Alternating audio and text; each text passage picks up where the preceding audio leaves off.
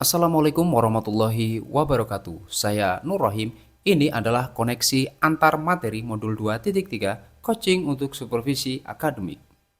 Rubrik dalam koneksi antar materi modul 2.3 ini yang pertama adalah pemikiran reflektif terkait pengalaman belajar. Yang kedua, analisis untuk implementasi dalam konteks calon guru penggerak. Dan yang ketiga, membuat keterhubungan antar modul. Yang pertama, pemikiran reflektif terkait pengalaman belajar. Pengalaman atau materi pembelajaran yang baru saja diperoleh pada modul 2.3, saya mempelajari tentang supervisi akademik yang bertujuan untuk mengembangkan kompetensi diri.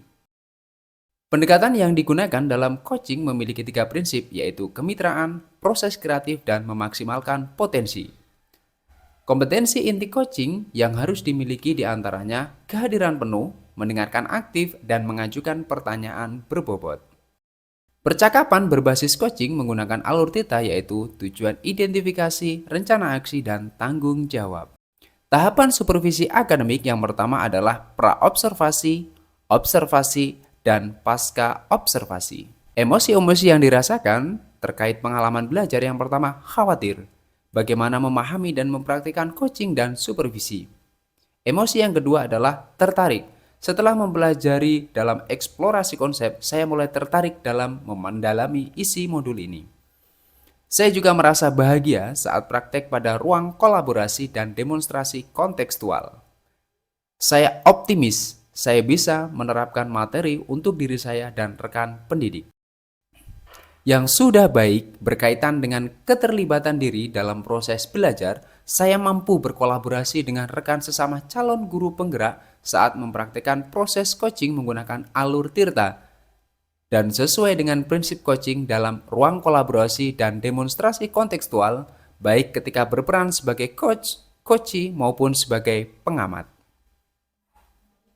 Yang perlu diperbaiki terkait dengan keterlibatan diri dalam proses belajar adalah kemampuan dalam mengajukan pertanyaan yang berbobot.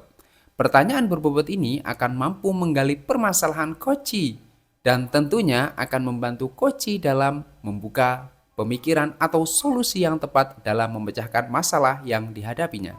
Kompetensi saya mulai berkembang, ditandai dengan mampu mempraktekkan proses coaching menggunakan alur tirta yang baik sebagai coach, coachee maupun pengamat.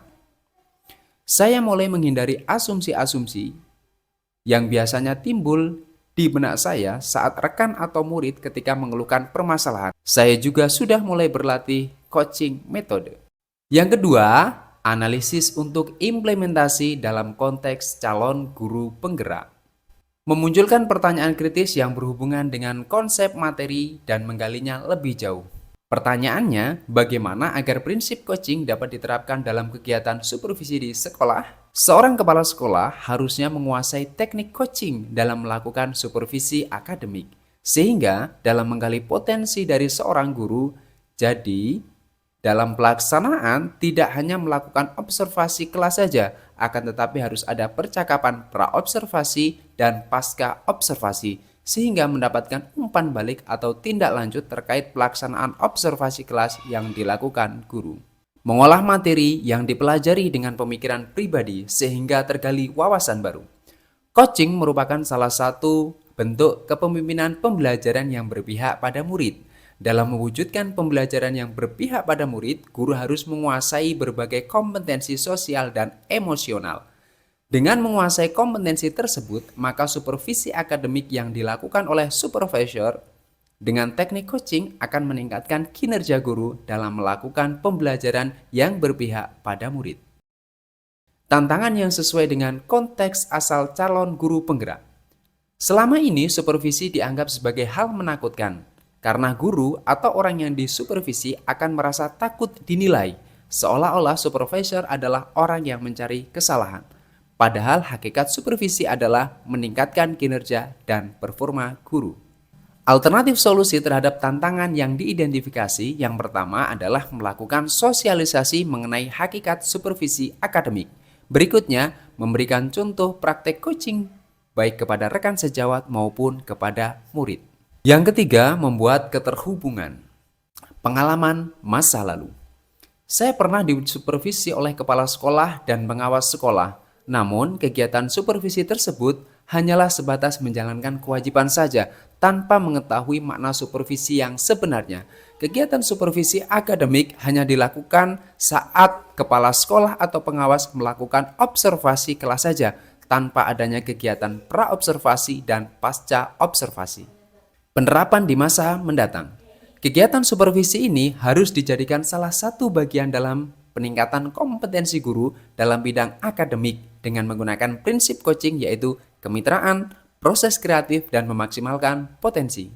Konsep atau praktek baik yang dilakukan dari modul lain yang telah dipelajari atau keterkaitan antar modul 2. Pada modul 2.1, dalam pembelajaran berdiferensiasi, murid dikelompokkan berdasarkan kebutuhan belajarnya agar dapat memaksimalkan potensi yang dimiliki. Begitu pula dengan praktek coaching yang harus memaksimalkan potensi coachee agar dapat menemukan sendiri solusi atas permasalahan yang dihadapi. Dan pada modul 2.2, dalam pembelajaran sosial emosional terdapat teknik mindfulness yang dilakukan untuk dapat membuat suasana menjadi lebih kondusif. Saat melakukan coaching pun seorang coach harus menerapkan teknik tersebut agar dapat fokus dan terwujud kehadiran penuh saat melakukan proses coaching. Selain bahan ajar, saya mendapat informasi terkait coaching untuk supervisi akademik, yaitu dari fasilitator ketika kegiatan ruang kolaborasi, dari pengajar praktek, dari instruktur saat elaborasi pemahaman, dari rekan sesama calon guru penggerak, dan dari platform digital lain seperti YouTube dan guruberbagi.com. Terima kasih, sekian penyampaian tentang koneksi antar materi modul 2.3. Semoga bermanfaat. Assalamualaikum warahmatullahi wabarakatuh.